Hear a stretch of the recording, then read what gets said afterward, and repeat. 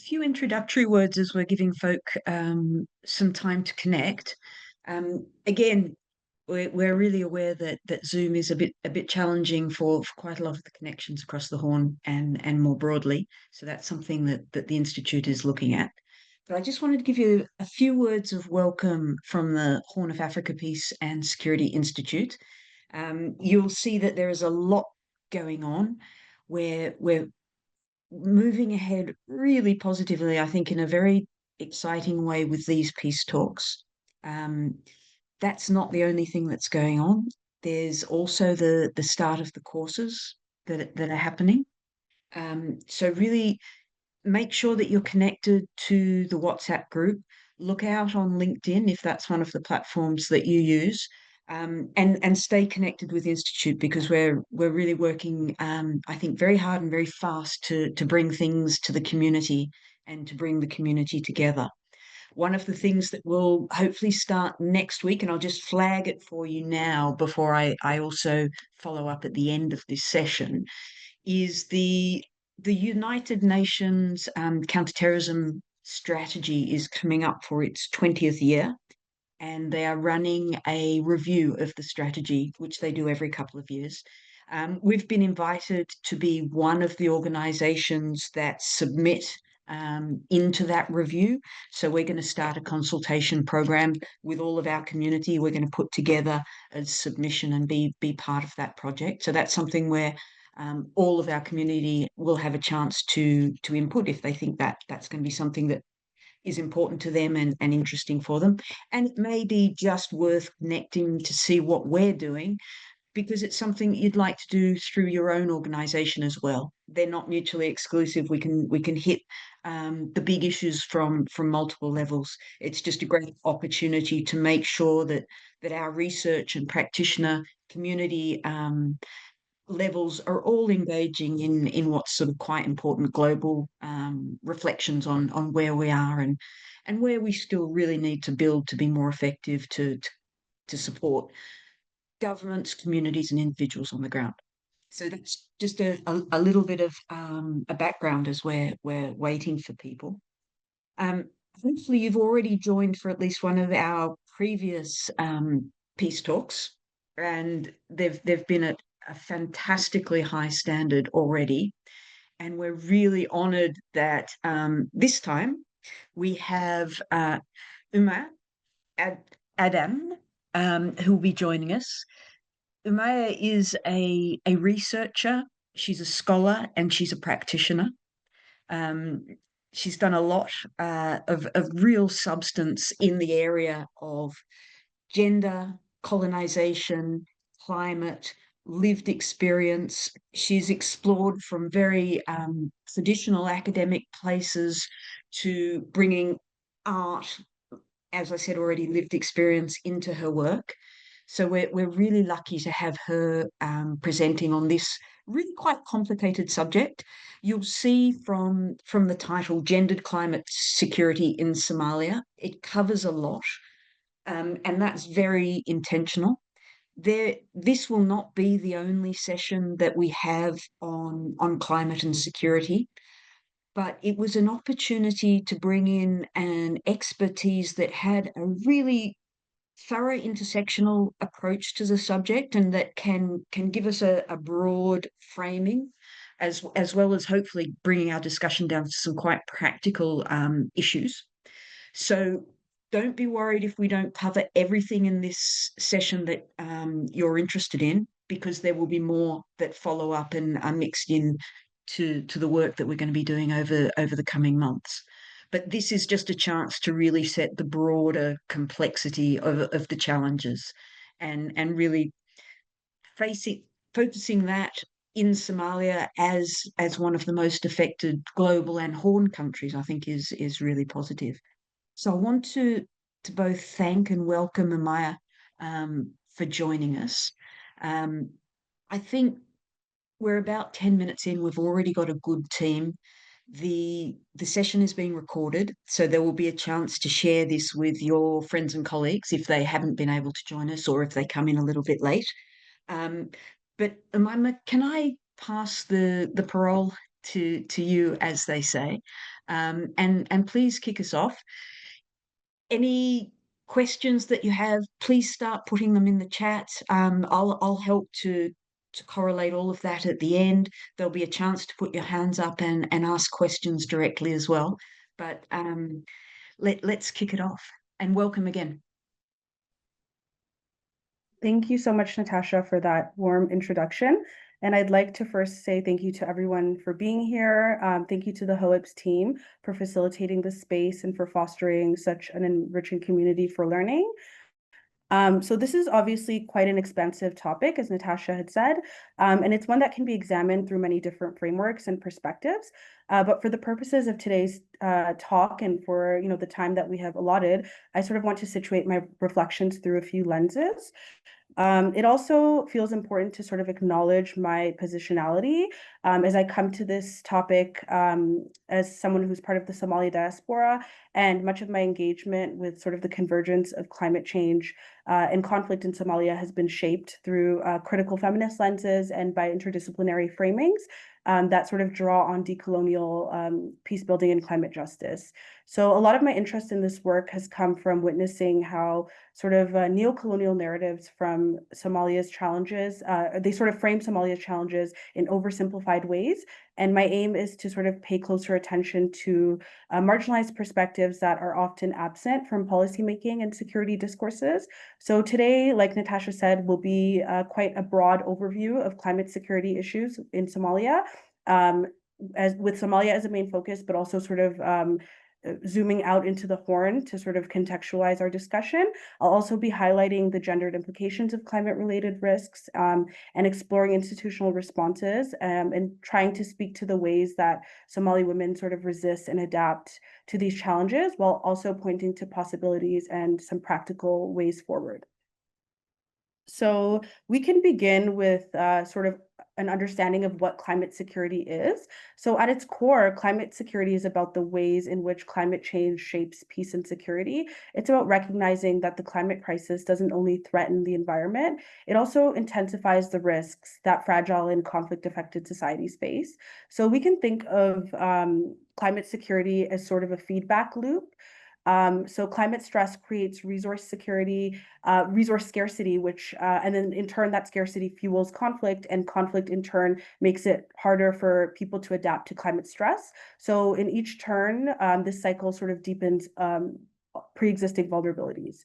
So in Somalia, this feedback loop can be seen through recurring droughts and floods that often serve to devastate agriculture and pastoralist livelihoods. So these shocks fuel competition as well over land and water, which then serve to drive displacement and disrupt already under-resourced institutions. So when we pair these shocks with ongoing armed conflict, that result is the feedback loop, where communities face multiple insecurities at once, and and that's not limited to livelihood insecurity, food insecurity, as well as physical insecurity. So when we talk about climate security, we're talking about the direct impacts of climate shocks alongside the cascading impacts across society and governance.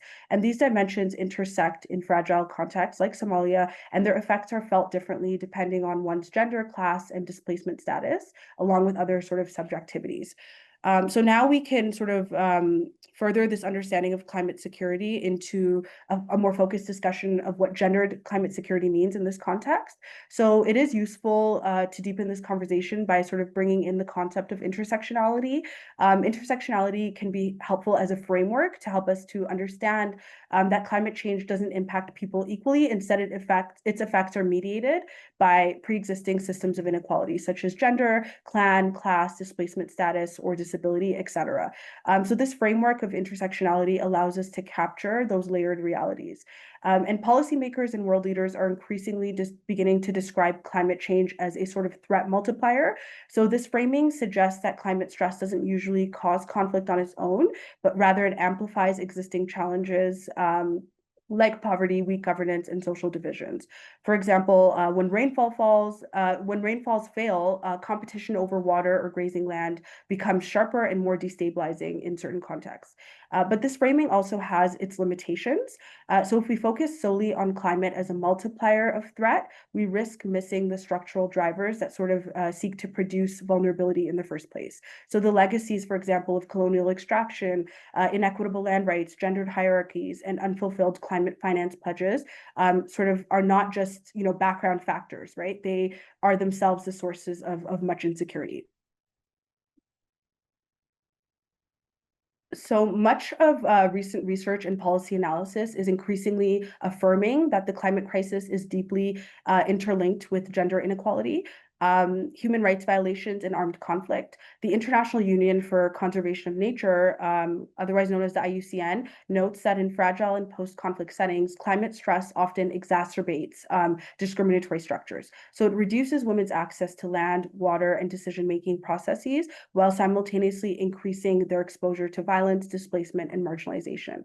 Researchers have also mapped out 4 interrelated pathways that are helpful for thinking through ways in which climate change may contribute to security risks. So, for instance, through worsening livelihood conditions such as crop failure or livestock deaths, as well as increased migration and shifting mobility patterns, particularly among pastoralists. And we're seeing this a lot more in Somalia, and it's actually one of the most fastest urbanizing countries in Africa. And a lot of this urbanization is due to climate-related mobility. As well, we can talk about tactical considerations by armed groups who often exploit this scarcity to sort of tighten their control over resources. And we can also talk about exploitation of resources, and this often happens by elites and sort of the mismanagement of these resources. So all of these serve to sort of deepen that inequality. And while we have these frameworks and sort of these pathways that are being increasingly researched and acknowledged, gender is still largely under considered in terms of a dimension of climate security. But we know enough to say that women are also often framed as passive victims in the story, and that is not true at all. Women in many contexts, including in Somalia, serve as negotiators, they serve as caregivers and peace builders, as well as innovators. And so the real challenge is that while women carry much of that burden of adaptation, they also remain largely excluded from formal spaces where decisions are made. So this is sort of paradoxical in a way.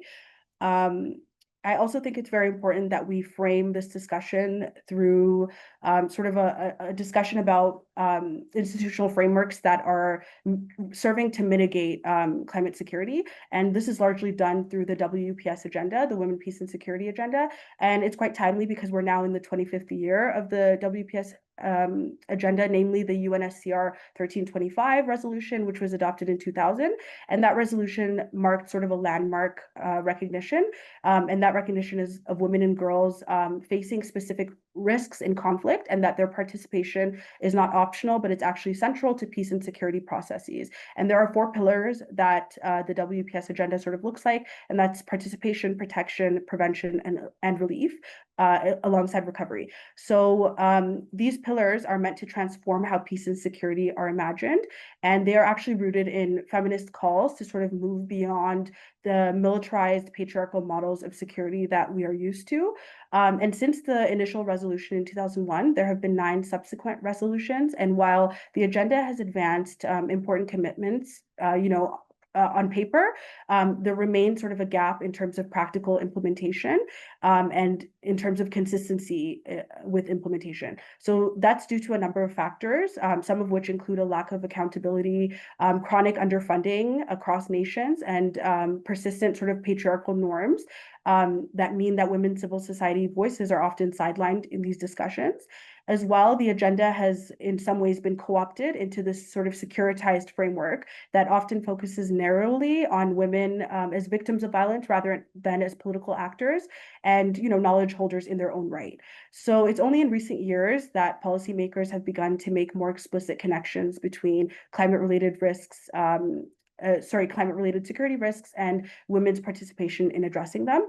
For instance, there was a 2020 report of the UN Secretary General on Women, Peace, and Security that sort of underscored that climate change is a risk multiplier for conflicts and gender inequality, and it urged member states to integrate climate into their WPS commitments. So there have been some national action plans now that include climate-related provisions, and Somalia is one of them, which I'll go into a bit later. But overall, this area remains, underdeveloped in many ways. And the progress made on WPS agendas signals both a gap and an opportunity for us. It gives us a language and an international platform to demand that climate change be treated not just as an environmental issue, but as a peace and security issue as well, and one that must be addressed through a gender lens. But if that agenda is to remain relevant, it needs to evolve, and it must also extend its transformative core and its origins of feminist visions of peace, justice, and equality into the climate security space. Otherwise, you sort of maintain that risk of remaining siloed, and we maintain that risk of these issues being sort of abstract and disconnected from the urgent realities of women across the world today. So next, I'll sort of be framing these discussions into a broader discussion of the regional challenges and opportunities that are faced in the Horn of Africa.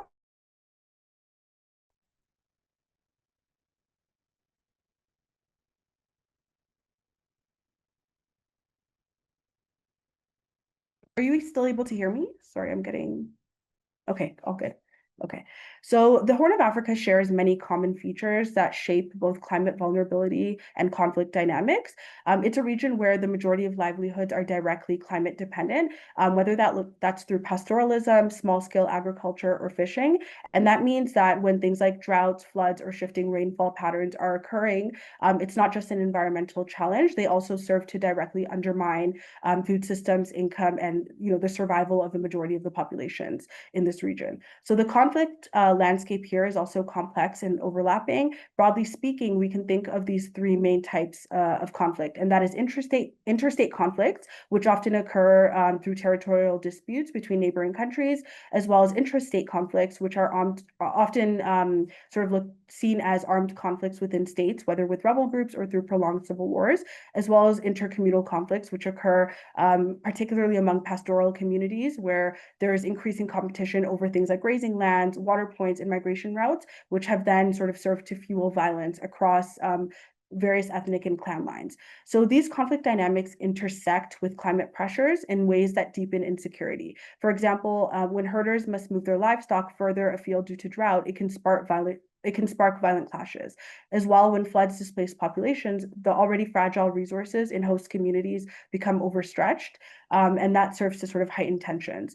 So despite these overlapping pressures, the Horn region is not without, sort of frameworks for regional cooperation and to sort of mitigate these challenges.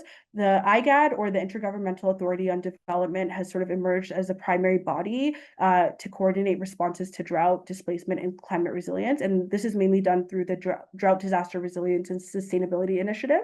So that's one attempt to sort of create a more systematic and cross-border approach to managing climate shocks. However, in recent years, IGAD has also begun to integrate gender into its climate and security agenda. So in 2022, IGAD launched its Regional Action Plan on Women, Peace, and Security, which explicitly recognizes the disproportionate impacts of climate change and conflict on women and girls. So the plan seeks to strengthen women's participation in peace building, ensuring protection from gender-based violence, and building institutional capacity for gender-responsive climate security policies.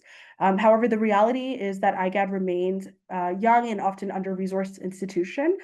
So through political divisions among member states as well, that sort of creates a limited capacity for it to ensure that these policies are implemented. As well, despite that, the regional framework itself is quite significant. It provides not only the language and legitimacy for local, women's groups, youth coalitions, as well as civil society actors at large to sort of push for accountability on WPS and climate commitments at the national level.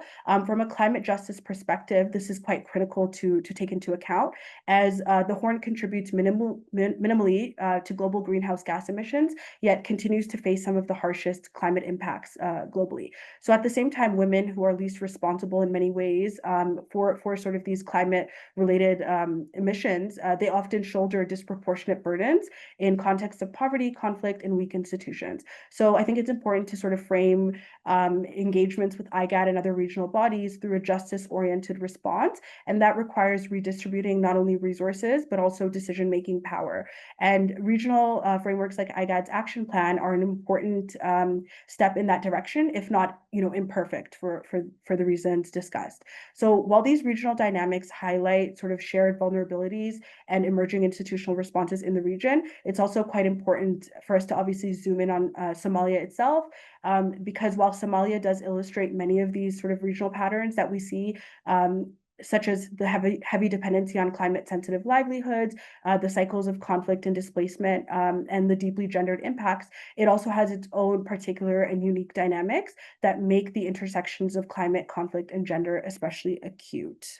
So I will just be going into sort of a discussion of the Somali context. So Somalia is, it's quite a compelling case study when we talk about examining climate security through a gender lens. So more than 60% of the population in Somalia depends on climate-sensitive livelihoods, particularly pastoralism and rain-fed agriculture. So this dependence makes communities highly vulnerable to things like recurrent droughts and increasingly erratic rainfall patterns, as well as devastating floods. At the same time, Somalia's decades of armed conflict and sort of weakened governance structures, as well as protracted humanitarian crises, mean that climate impacts do not occur in isolation here. Rather, they intersect with already fragile institutions and ongoing insecurity. So this convergence produces a sort of vicious cycle of climate shocks that fuel displacement, as well as competition over resources and food insecurity, which in turn sort of exacerbate conflict dynamics, as well as limit the state's capacity to adapt or respond effectively. So for women and girls in Somalia, these dynamics are profoundly gendered.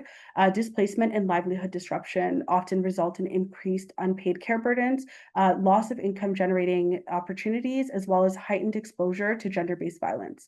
Women's exclusion from formal decision-making processes and spaces, whether at the clan, community, or national level, means that their perspectives are rarely considered in climate or security responses, even though they're disproportionately affected. So it's also important to note that despite these challenges, Somali women have long been at the forefront of informal peace building, as well as resource sharing networks and community resilience strategies.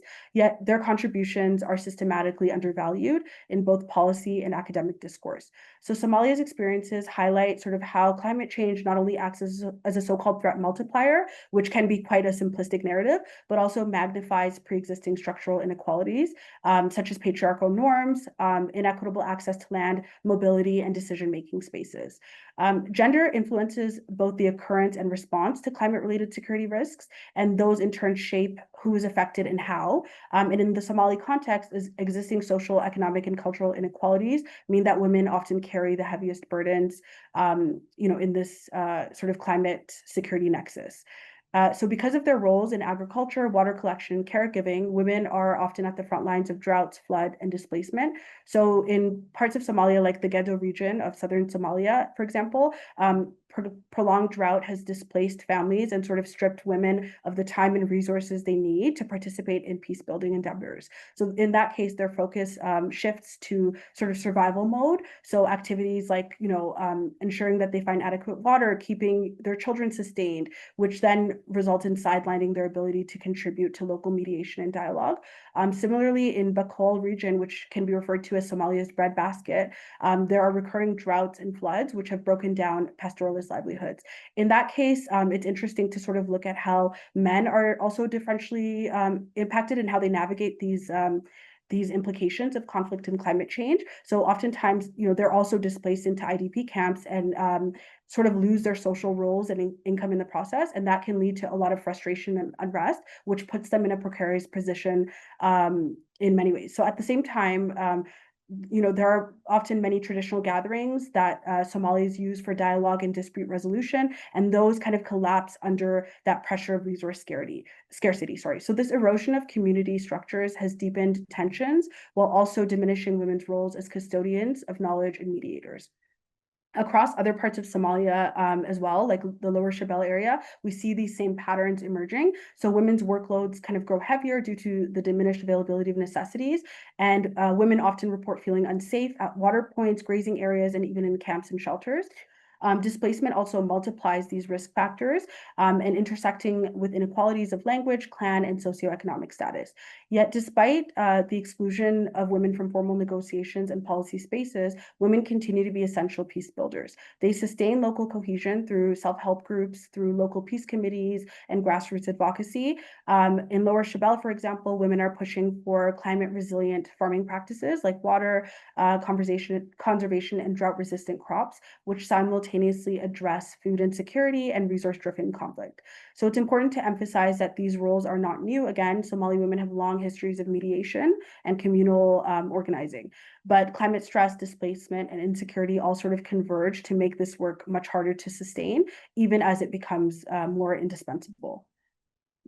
So I will sort of be going into a brief sort of discussion of Al-Shabaab and the role that Al-Shabaab plays in resource exploitation. I think it's a really important and sort of interesting case study that allows us to examine all of these different sort of factors and how they come together. So in many ways, climate-induced migration and displacement have created a sort of governance vacuum across Somalia, particularly in rural areas. And these spaces are often filled by armed groups like Al-Shabaab, who use climate stress as an opportunity to expand their influence. For example, during prolonged droughts, when food and water are scarce, Al-Shabaab has legitimized itself in ways by stepping in through providing limited relief efforts while simultaneously targeting IDP camps for recruitment. And these strategies sort of reveal how climate disasters can be weaponized and thus undermining sort of peace building, as well as deepening these cycles of insecurity and dependence. So one of the clearest examples of this sort of intersection is through the charcoal trade in Somalia. Charcoal has long been a household energy source, and for decades it's been a key export commodity. But since the 1990s, and especially after sort of the state collapse and the civil war, the trade has boomed despite repeated attempts at bans by Somali authorities as well as the UN Security Council. So for Al-Shabaab, charcoal is also a principal source of revenue. And at its peak, it's generated over 40 million, like to 50 million annually from exports, and then another additional several million from checkpoint taxation. So that trade connects local producers to regional and global networks, with much of the charcoal exported to Gulf states. So the result is a cycle where local environmental degradation sort of feeds this global demand, which in turn finances armed conflict. And these impacts are wide ranging. They encompass environmental impacts, which include massive deforestation, and particularly the loss of the acacia trees, which are critical for drought resilience and livestock grazing, as well as soil erosion and desertification.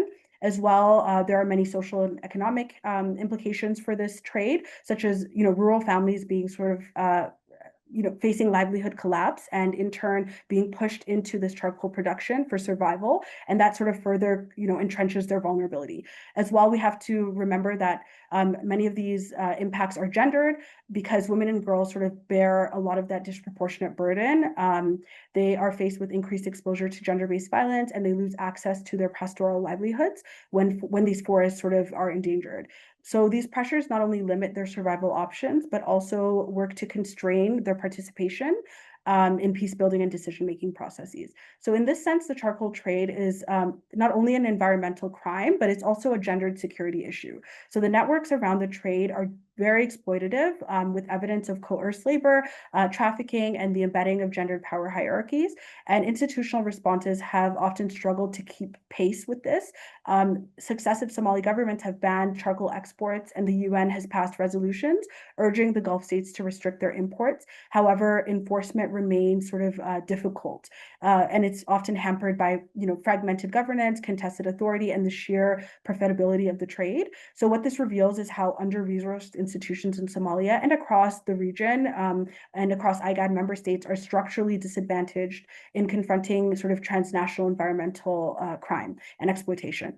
So some progress is being made here with international actors and grassroots initiatives trying to promote sort of alternative livelihoods for rural households. And this can include expanding renewable energy sources like solar, along with strengthening resource governance frameworks. But until these efforts are both resource and also, again, gender sensitive, the charcoal trade will remain sort of symbolic and emblematic of this vicious cycle of environmental degradation, armed conflict, and gendered insecurity. So now I sort of want to discuss some of the institutional responses at the national level that Somalia has sort of undertaken to mitigate sort of the challenges that come with the climate, the gendered climate and conflict nexus. So at the national level, Somalia has made important strides um, in aligning peace building, gender equality, and climate resilience within its institutional frameworks. Most notably, Somalia's National Action Plan, or NAP, and that is directly linked with UNSCR's 1325. So that has been developed as part of IGAD's regional fulfillment of the WPS agenda, and that explicitly acknowledges the intersection between climate change and resilience, and that's one of the few NAPs to do so. So the NAP advances four key pillars, and that's namely participation, prevention, protection, relief, and recovery. So participation sort of looks like increasing women's representation in political and peace processes with a goal of gender parity in governance structures. Prevention looks like strengthening legal frameworks to uphold women's rights and eliminating violence against women and girls, while also enhancing women's engagement in preventing and countering sort of violent extremism. As well, protection looks like the goal to end sexual and gender-based violence in all its forms, as well as relief and recovery, which can include integrating gender into climate change and resilience programming, as well as increasing women's access to ownership of productive resources and ensuring that women's engagement in reconciliation and transitional justice processes is equitable. So by formally linking gender responsive peace building with climate resilience, Somalia's national action plan signals signals a sort of recognition of the systemic vulnerabilities that underpin both conflict and environmental stress. So in parallel, Somalia has also adapted a third generation of its nationally determined contribution under the UNFCCC, and that has been described as a blueprint for peace, breaking sort of new ground by explicitly recognizing that climate action and peace building must go hand in hand. So the NDC calls for conflict sensitive approaches across agriculture, water management, and other climate interventions, as well as emphasizing inclusion of marginalized communities like displaced people, women, youth, and persons with disabilities. Somalia is also advancing its climate agenda through financial innovation, and that is namely through the newly established Somali Climate Finance Trial and the launch of the National Climate Fund, the NCF. So that aims to improve transparency and also attract global climate finance, such as through the Global Climate Fund, the Adaptation Fund, et cetera. And that will serve to hopefully channel resources towards vulnerable frontline communities. And this also marks the first time Somalia has formally involved both civil society and private sector actors within the UNFCCC and its recognized constituencies. So while implementation challenges remain significant, Somalia continues to sort of grapple with high levels of food insecurity, protracted displacement, and active conflict.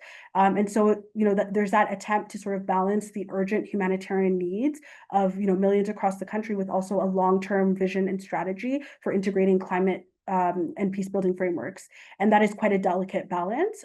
So we can also talk about how sort of donor project cycles and short-term timelines often undermine the sustained community-led approaches required to build resilience. So ultimately, Somalia's NAP and its NDC represent important institutional commitments to linking gender, climate resilience, and peace building, but translating these frameworks into practice requires a much greater alignment between different stakeholders, such as the international partners, national government priorities, and grassroots-led initiatives to sort of attempt to ensure that climate investments deliver both environmental benefits and inclusive peace in a way that is integrated.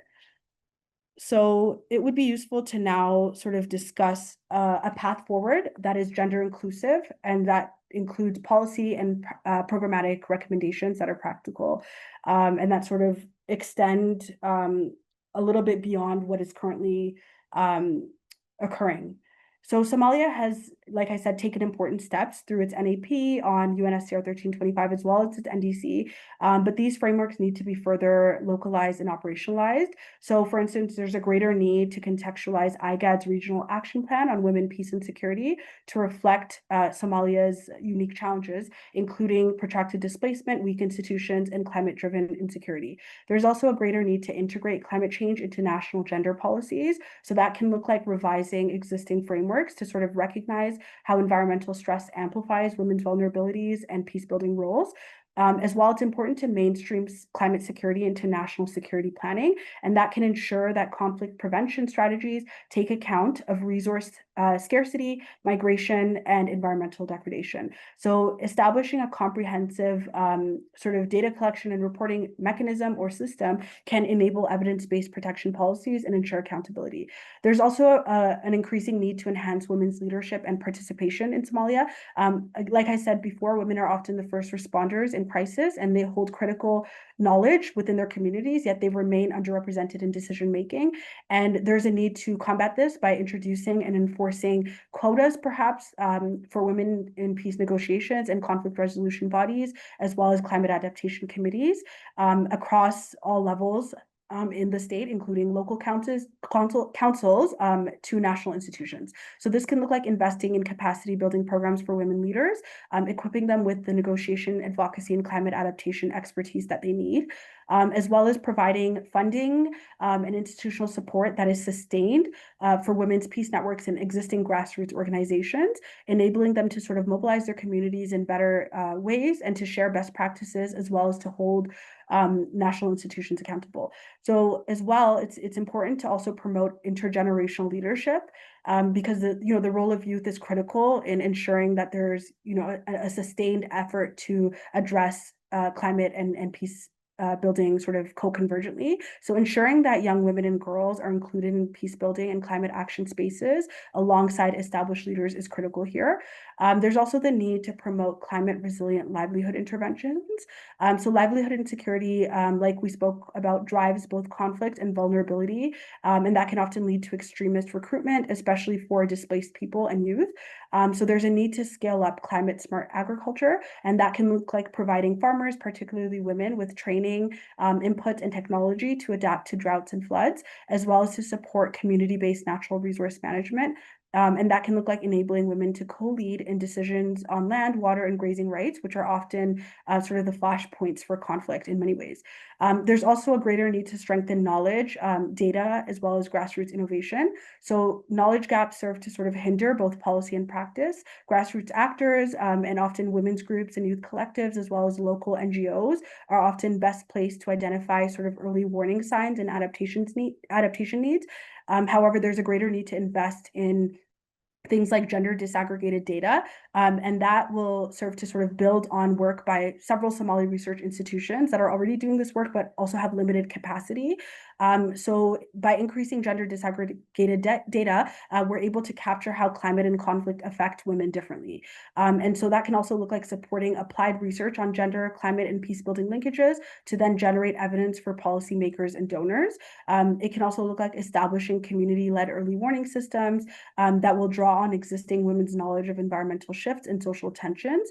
It's also important to create sort of peer learning platforms and communities where grassroots women's groups across Somalia, as well as the wider Horn region, can share strategies for resilient adaptation and peace building. So it's also important to sort of situate grassroots action on this matter and why grassroots action is important. So while the institutional frameworks like the NAPs, the NDCs, and IGAD's sort of overarching framework are very important, and they provide direction for Somalia's sort of approach. Also, like fragmented governance in many ways means that much of the work occurs at the community level, at the grassroots level. And so women in IDP camps, for example, in pastoralist communities and in village peace communities are already sort of doing that work of mediating disputes and distributing resources, as well as sustaining their families under this increasing and intensifying climate stress. So supporting these grassroots initiatives is critical for various reasons, namely the legitimacy of them. So communities already trust these local leaders and these local sort of women leaders more than institutions that they might perceive or deem as distant, as well as sustainability. So locally driven solutions are more likely to endure beyond, these donor project cycles that come to an end, as well as early warning systems. So grassroots actors often detect climate and conflict risks much earlier, and so they provide a critical sort of entry point for prevention action. So To conclude, climate action and peace building cannot be delinked in Somalia. Approaches to tackling security and climate related threats must be integrated, as well as center the disproportionate vulnerabilities, as well as knowledge and experiences of women and girls. So, in terms of policymaking, this means making sure that frameworks like the Women, Peace, and Security Agenda, as well as climate policies, are localized and actually serve to respond to the daily realities of women, displaced communities, and pastoralists. As well, for donors and partners, this can look like going beyond short-term sort of projects and really investing in long-term community-led initiatives that strengthen both resilience and peace. As well, for grassroots actors, they're already holding, communities together, and they're oftentimes the first responders in crisis. And this means that they must continue to be resourced, recognized, and brought into decision-making spaces. So Somalia continues to make important strides towards inclusive and integrated solutions to climate change and insecurity. However, strengthened implementation, as well as a sort of gender inclusive approach to climate and peace, is a critical path to building sustainability and resilience, not just in Somalia, but also across the Horn region. So I think I will conclude there. But yes, thank you for allowing me the space to sort of delve into these topics. Like Natasha said, these are quite, broad, overarching, and complicated issues, and we cannot, sort of explore everything in one talk. But I'm hoping that we can sort of hold some discussion here that can also create avenues for us to sort of delve deeper into these talks as we move forward. So thank you. Thank you so much. That was absolutely brilliant. Such an extensive overview of the challenges, the kinds of policy framework, the day-to-day reality of management that's already in place, the strides, as you've pointed out, that have been made by regional institutions, by global institutions, and certainly by the Somali government and Somali communities. So I found it really interesting the way that you were able to bring all of these diverse and yet linked challenges together. So I really thank you for that. What I propose to do is I'm going to pose a couple of questions because I have that ability. We already have a couple of questions coming up in the chat. I invite people to type in things if they've got questions that they'd like to put out, and we'll try and do some hands up and take live questions as well, because despite having really given us such a broad, solid overview of this complexity, you've left us time for a real discussion. So again, congratulations on that. We hit it in a way two ends to get some of your thoughts. The world's in a complex place at the moment, and clearly when we start talking about new challenges that are moving at pace like these ones are, the climate impact is moving fast, and we're coming to understand it quite quickly. That's happening in a world where we're not necessarily seeing increased resources. Um, Certainly in the last sort of 6 or 8 months, there's been an acceleration of this where and how should development be supported.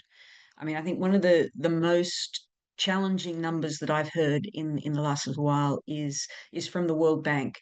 And so global majority governments are paying up to 5 times global North governments to service debt.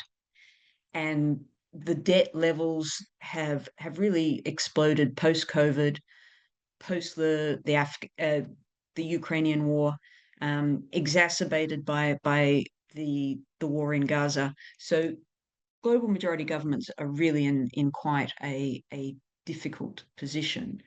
And I think they're also in one of the strongest, most articulate, resolved moments that we've seen in recent history to say, hey, this is not acceptable. We need to change how things are fundamentally structured and how we view the world. So my first question was really, what's your take on this kind of global piece? And are there things you'd really like to see being pushed forward? Are there ways that we as an institute can help to amplify local voices into that domain? But yeah, so start off to put you into that very global perspective if you had some ideas for us. Sure. So, yes, we're obviously seeing like sort of an increase in funding challenges at the international level, especially when we see that global majority countries, a lot of them are pulling out. We see that, USAID funding has reached sort of a critical low, and then, many other governments have also followed suit. So in many ways, that leaves countries like Somalia in sort of a funding gap, and a resource gap because, they're left sort of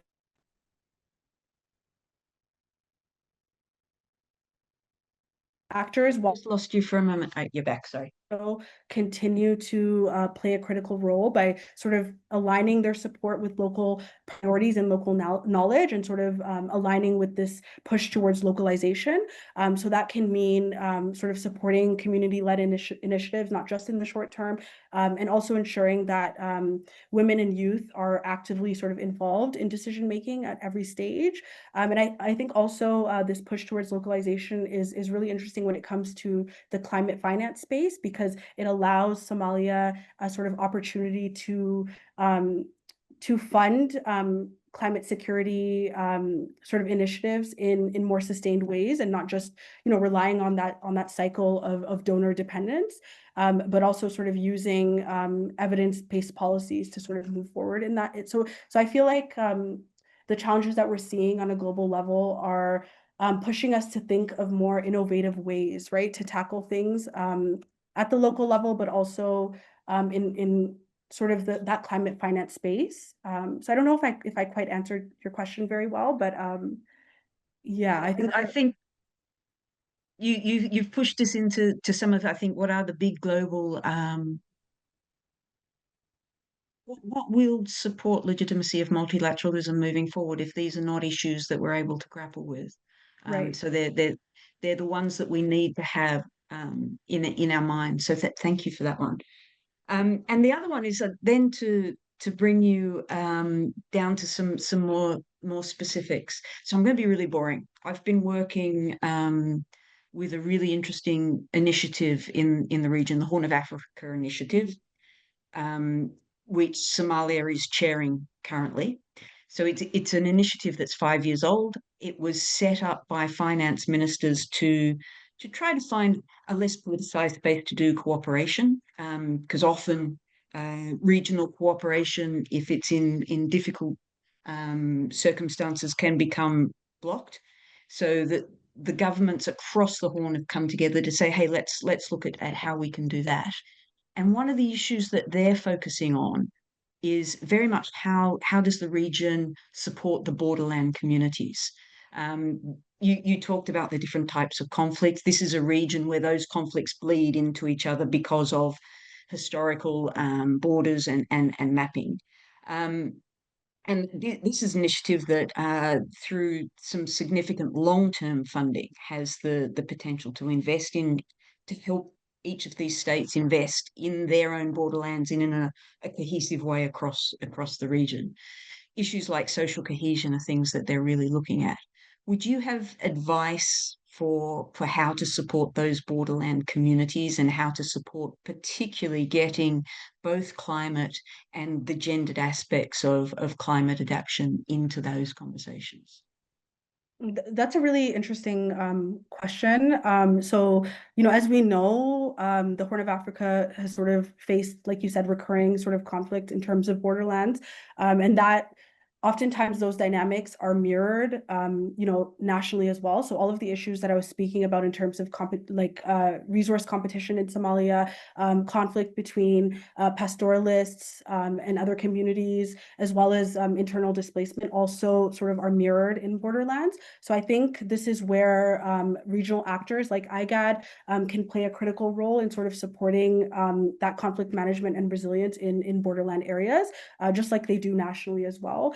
So those platforms can sort of provide a dialogue in many ways between local communities and sort of facilitate peace building initiatives that are integrated into climate change considerations. So for instance, I spoke a bit about early warning systems for drought and conflict, and these can in turn sort of help authorities and communities anticipate sort of tensions before they even escalate to that point.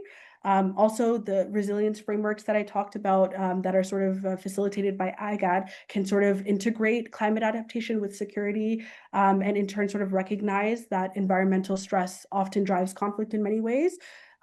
So this can include things like technical assistance, financial assistance. It can include capacity building programs. It can include coordination mechanisms that sort of serve to prevent disputes over natural resources. And then in terms of the role of gender and sort of ensuring women's participation, I think it's important to further that the support for inclusive participation. So that can look like ensuring that, again, women, youth, and many displaced populations sort of have a voice in conflict prevention mechanisms and resilience planning. So at the same time, while the regional sort of frameworks like IGAD don't just mediate conflict, they also sort of create structures for cooperation around shared resources. And I think that will ultimately sort of tackle the root causes of this sort of conflict in borderlands. So yeah, that's sort of what I'm thinking through, a very And I integrated. know that IGAD at the moment, they're in the process of constructing a quite elaborate coordination system across several borderland areas that looks at doing a lot of the sort of recommendations that you're making from a very community level through the Mhm. various layers to try and do some of that preventative work. Now we've already got some really interesting questions from the team. Um, One of them from Mohammed Azak, he's really looking at areas like Bakul where traditional humanitarian aid has been relatively blocked because of security issues, um, and people have been displaced. So they're quite complex areas. Do you have any feel for what do we know about those areas? How they're being affected? Is there you've been talking about data gathering and those kinds of issues. Have you got much of a feel for those sort of areas or who's starting to try and build solutions for them? Yeah, so that's a really good question. So like you sort of mentioned, humanitarian aid often does not have access to areas such as Bicol. And I have a sort of, I guess, a high level understanding of Bicol and other rural regions and sort of the challenges that they face for humanitarian actors. So in many ways, like I said before, climate change compounds sort of the vulnerabilities that they face, such as prolonged droughts, unpredictable rainfall, extreme heat, and they in turn sort of serve to reduce the availability of things like water and crop yield, and that serves to push communities towards further food insecurity and malnutrition in many cases. And then that also compounds with displacement, and that's often climate driven. So those forces sort of serve to move to face additional risks, including lack of shelter, health, services, and protection. So I think addressing this requires sort of a multi-pronged solution. So it includes investing in localized climate resilient infrastructure because of sort of the lack of access to these areas, right? So things like water harvesting systems, drought resistant crops, and health and education services can sort of help communities withstand environmental shocks and be quite sort of independent in that way. I also think it's important to support community-led early warning systems that ensure that people can prepare for things like climate hazards before they even become crises.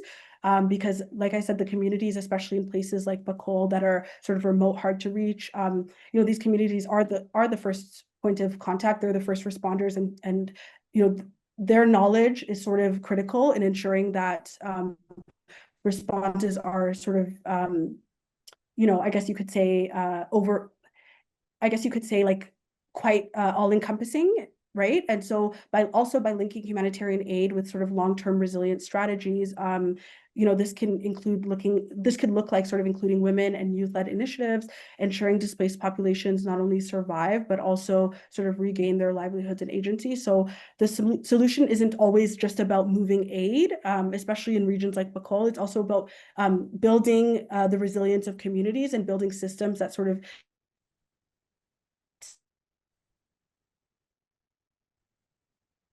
reduce conflict over things like scarce resources and also serves to prevent future displacement. So it's quite an integrative approach and doesn't necessarily, it's not as simple as saying that, these communities rely on aid. We're talking about how to sort of strengthen their resilience in the long term as well.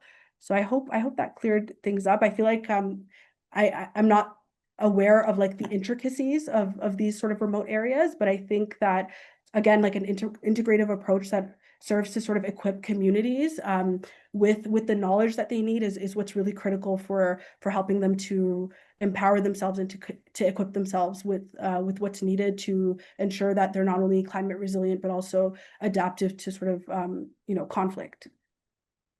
Yeah, and I'm very much on board with you that humanitarian aid is important, but it's not a solution. It's not everything, right? Um, and a lot of communities that are really vulnerable to being recruited and radicalized, Right, they don't have a great connection to their state because it's a real challenge for the state to deliver services in those areas. And so right. that's one of the huge challenges that we face, I think, really as a region. It's not Somalia alone, but being able to make investments in those areas is super important.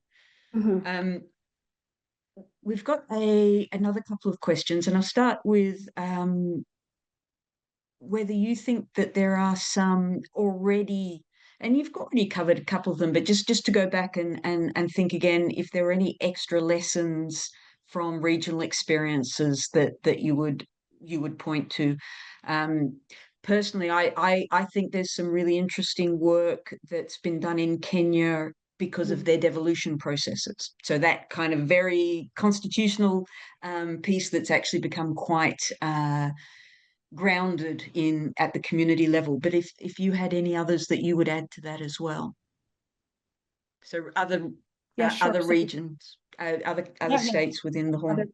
Yeah, so I was thinking about Kenya too. I've been thinking about Kenya a lot recently. I think there is a sort of government push alongside sort of grassroots efforts to sort of return to indigenous methods of climate resilience. So I think that would be really interesting to see how, these lessons can be applied to Somalia. So in many ways, those sort of indigenous approaches sort of prioritize local leadership and sort of acknowledge that communities have had this knowledge for centuries, and so uh, I've lost you for a moment. are able to sustain themselves even in the face of climate change, right?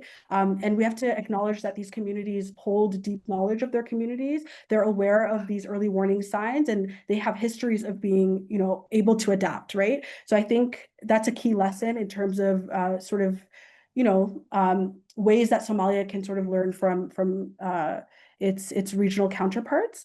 Yeah, I would be interested in learning more about the specifics of like indigenous knowledge in Somalia and how it can be adapted now to mitigate climate change. But I think there are some really interesting lessons from Kenya and the ways that local farmers are sort of moving away from that push towards sort of export driven crops and more a push inwards, right, to sort of community sustainability. So I think that's an interesting lesson in the region. I think there's some really interesting global lessons in that space as well. My home country, Australia, in Mhm. the last 20 odd years, we've finally started to acknowledge the deep indigenous knowledge of Mhm. fire management. We're a country that has severe droughts that come with huge bushfires, and Right. changing how we're managing that back to how it's been done for centuries, as opposed to a very sort of more recent version of it. We've still got several questions in the chat, and we're not forgetting those. But I've got one hand up, so I want to give Brian a chance to pose a question. Brian, are you able to unmute yourself? Yes. Yeah, sure. Thank you so much for giving me the space to ask my question. Um, Unfortunately, my background will be quite noisy because it is raining here. So just a little bit of me to know where the question is coming from. I am Brian from Kenya, and I want to say that I am very impressed with what Miss Umaima has really presented. This is a very timely discussion, and it is very accurate and very central. I was thinking of something here when the presentation was ongoing. Uh, and this may not really need a lot of discussion, but how gender roles is really playing to climate security in Somalia. Because I am an expert in international relations, and when I was reading some, secondary data, I found that some areas in Somalia, for example, the Galmadang, I think I just pronounced it well. Still, women and girls are not allowed to make decisions. You know, they are still allowed to be in the kitchen. Which I think in the 21st century that is something that should be outdated. So I really wanted to hear from you if gender roles is also at the central point leading to climate security in Somalia. Thank you.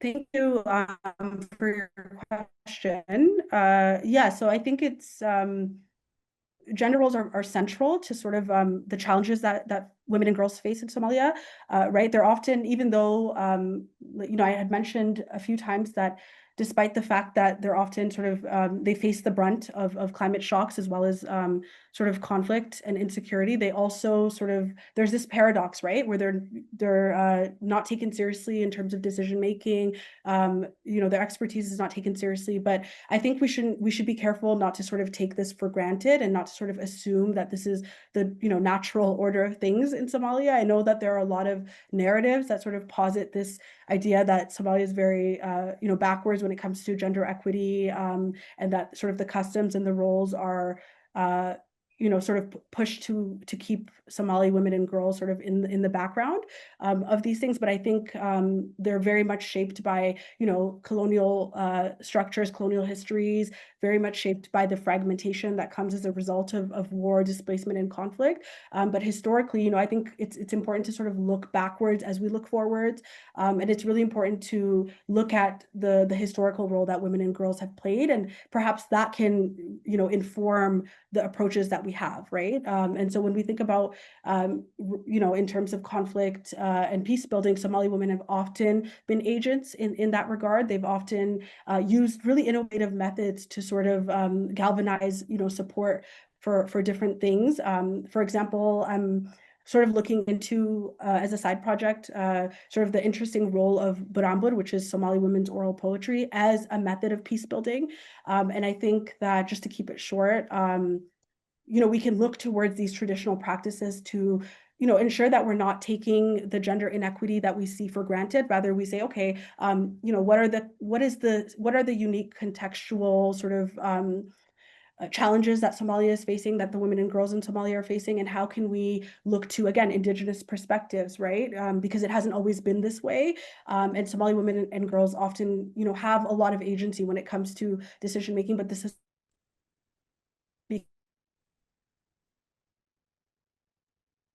convergence of conflict and climate change. So I think it's important to sort of look inwards in that regard. I hope I answered your question, but I think we tend to risk sort of reifying these tropes and these assumptions that countries that are sort of experiencing prolonged conflict and challenges and things like that, are meant to be this way as a result of, their traditions and practices. And I think Somali women and girls challenge those framings in many ways.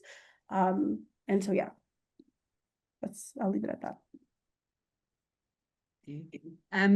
Dr. Anwar, I see you have both your hand up and a question already written. So I'll pass it over to you rather than asking the question you've already written down. Thank you. Yes, it's the same question. Please go for it. Sure. Okay.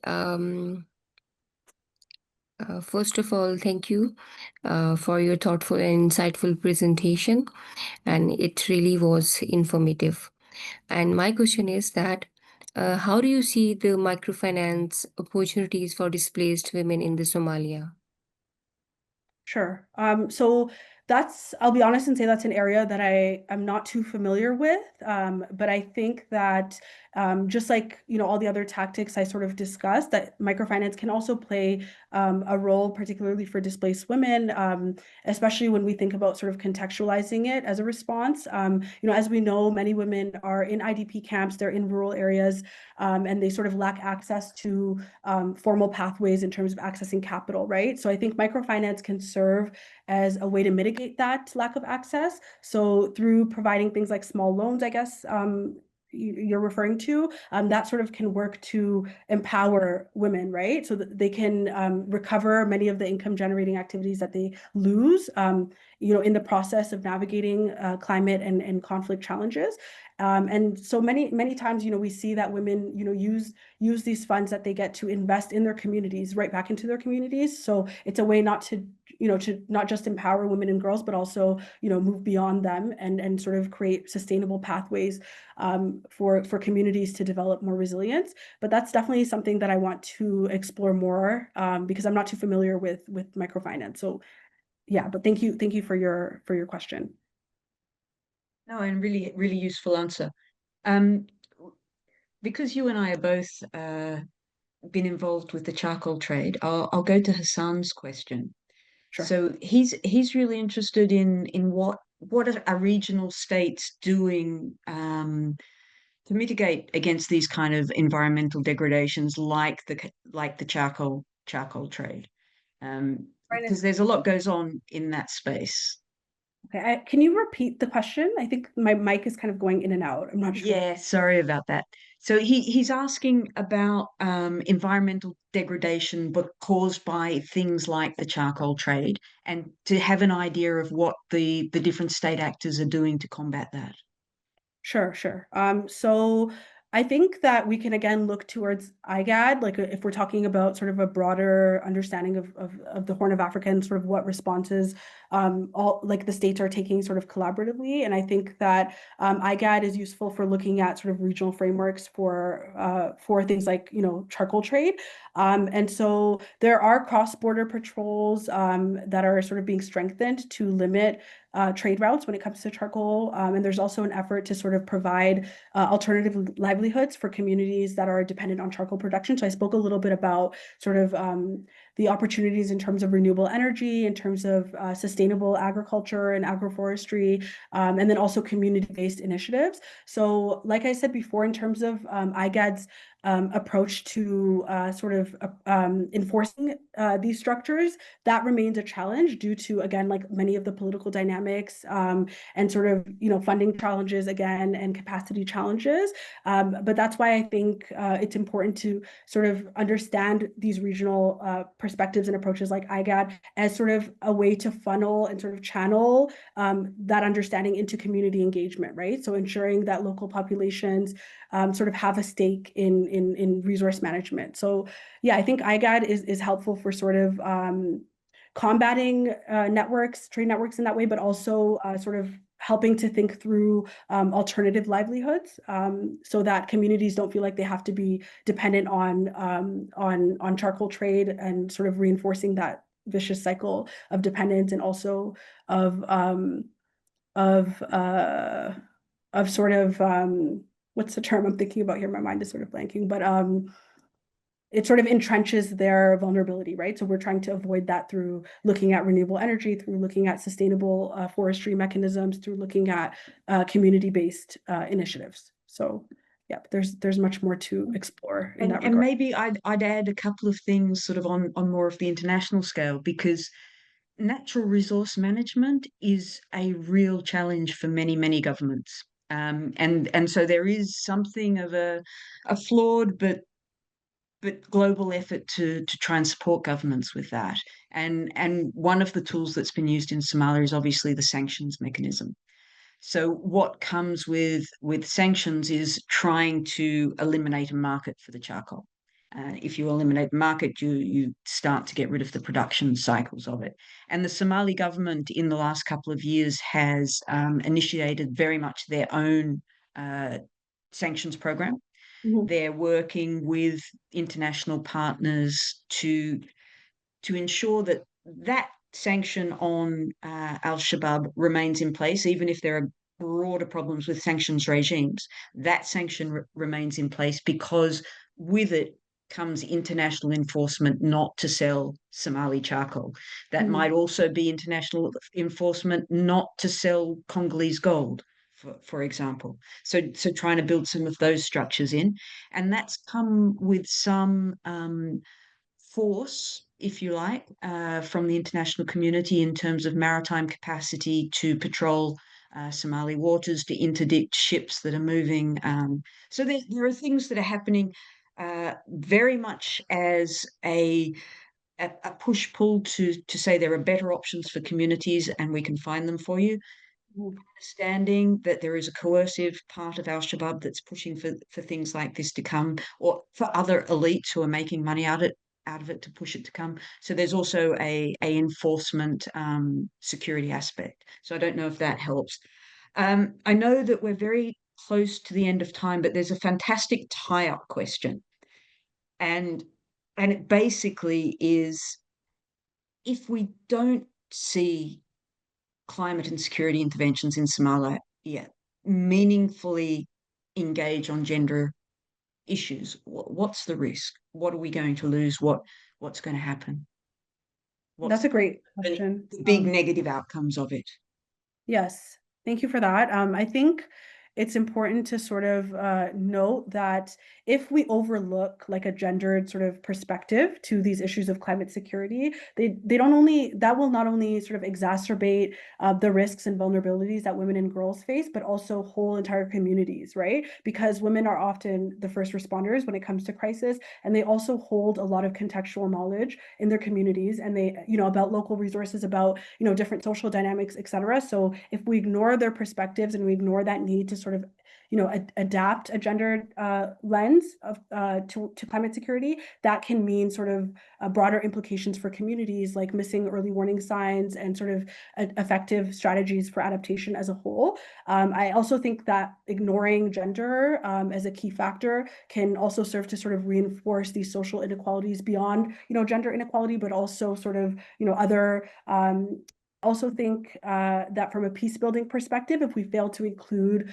women's perspectives and sort of a gendered lens, then that will sort of limit the sustainability of conflict mitigation strategies, right? Because we talk about how Somali women often serve to mediate disputes at the community level, and they sort of facilitate that sort of cohesion on a social level. So if they are excluded, then the pathways that we talk about towards sort of durable peace are often weakened, right? So in summary, I would say that an approach that sort of overlooks gender will have really debilitating effects on whole communities, on a national level as well. I think it will serve to sort of it will serve to sort of miss critical knowledge that's really important. It will serve to entrench other inequities beyond gender inequities, and it will also sort of reduce the abilities for communities to sort of sustain themselves in the long term. So I think they will have really like cascading and broad implications on a number of fronts if we choose to ignore gender. And generationally, that will impact Right. how we move forward as communities. There are a couple of more questions that we're not going to get to, but I just want to highlight, particularly to Professor Onana in Cameroon, on the the political economy. That's a huge topic, and it's one that we will get to, even if we're not going to get to it today. So my apologies for that. And I hope, Professor Onana, you will contact us, because maybe that's something we can bring you into in upcoming discussions. And the other one that we're not going to get today, but will be certainly covered in upcoming sessions in multiple ways, is how can technology be used to support some of these processes. So apologies to those two questions and to any others who haven't been able to be answered in the time frame. I just really want to take a moment to thank you, Umaima, because you've given us a depth of information, a depth of ways to think, ways to frame, that I think is just absolutely crucial. These are issues that we can't wait for the geopolitical world to settle down and get. We need to sort them. We need to address them. And so I'm really pleased and proud that you've chosen to join the Institute to share these ideas with us. And I know that we'll be inviting you back again in the future. So really, thank you very much. And I know we're a little bit over time, but before we close, for those that of you who are still online, I mentioned very briefly at the outset that what we're coming up to probably next week is the United Nations counterterrorism strategy is coming up for review. The Office of Counterterrorism has invited us to be one of the civil society organizations that contributes to that strategy review. We will start a consultation with our network. We will develop a submission, and will be part of that process to try and shape how the United Nations moves forward with its counterterrorism approach. Certainly, I personally think there's some challenges with it and things that we can build on and do better. And absolutely, 20 years ago when it was written, we weren't prioritizing the impacts of climate on security, climate on ability to radicalize, and how that interacts with other gender issues that are going on as well. So I'm sure that we'll have a moment as part of that submission. But I'd like to thank again the Institute, particularly our founder, Isaac, our program lead, Abdi, who's makes all of this possible, and of course, very many thanks to our presenter today. And the presentation will be available. I suspect that will be on the on the WhatsApp network. So don't worry. And I know Maima will be writing op-eds, other research pieces. So expect to see her name coming out. Abdi, I see you. So on the sharing of the presentation. Oh my God, mashallah. You can see the element and was really good. You really good. And that's it. And that's so far. So anyway, thank you so much for everything. We really appreciate having you here. It was an honor. It was a pleasure. You are, wow, you're a role model. And I really appreciate you being here. Thank you, Sasha, too. We really appreciate you working with us and everything you did for us. So yeah, gonna move on from here now to the next topic, inshallah.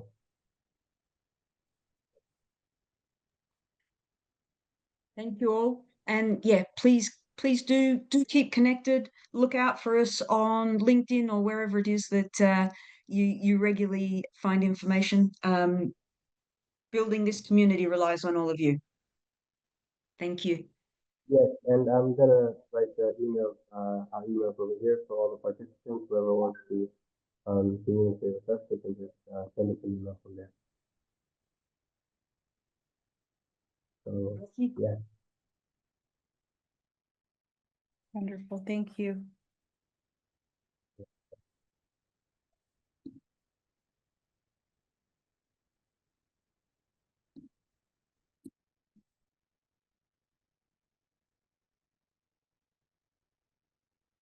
Amazing, mashallah.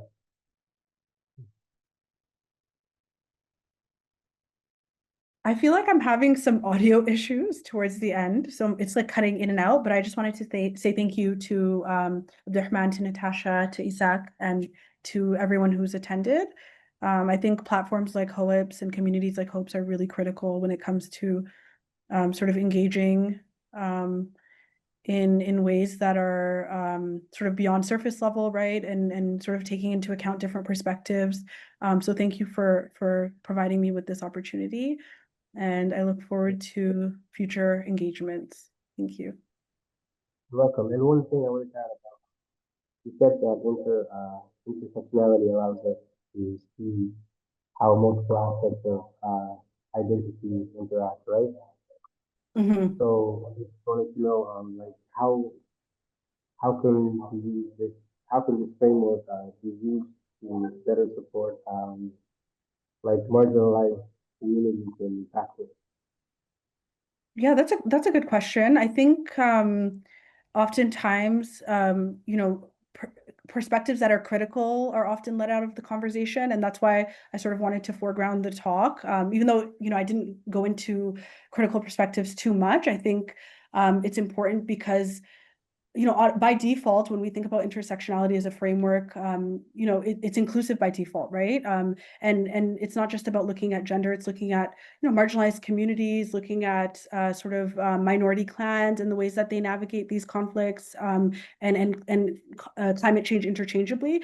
So I think it's a useful framework because oftentimes when we think about decolonial justice, when we think about climate justice, they're left out of the mainstream. But even just small engagements with them, I think would enable these processes to be more inclusive in as a whole, I think. Yeah. Okay.